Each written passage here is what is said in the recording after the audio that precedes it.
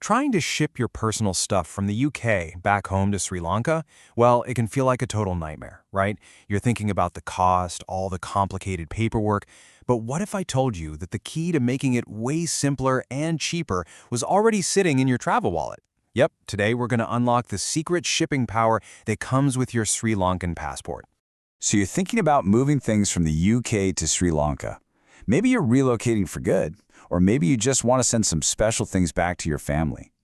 The questions that pop into your head are always the same, aren't they? How much is this going to cost me?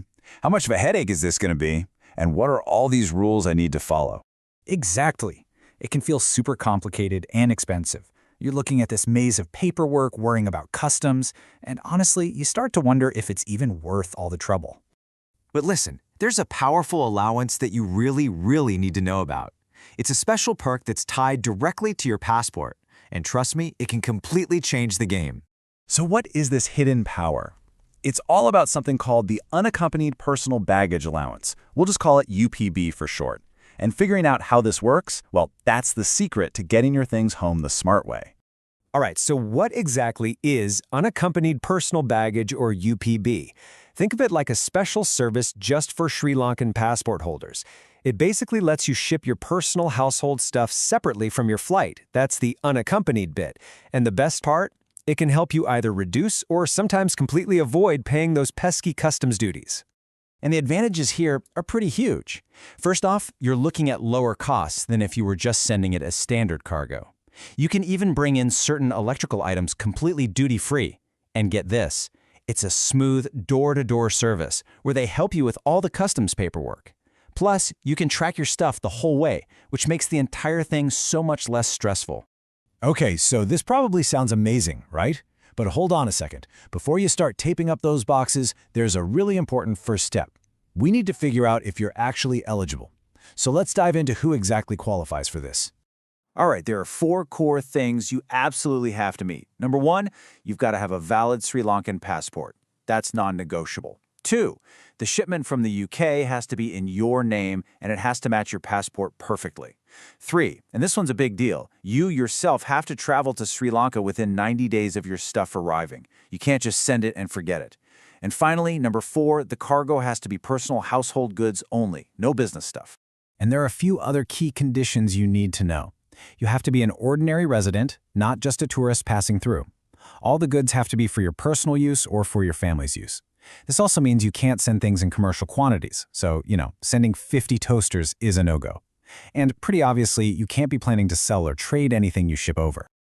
Okay, so let's say you've checked all those boxes and you're eligible. Awesome! Now for the fun part. Let's walk through the actual step-by-step journey from your door to its final destination. It's probably a lot more straightforward than you think. The whole thing is basically a 6-step process. It all kicks off with Step 1, collection, right from your place in the UK.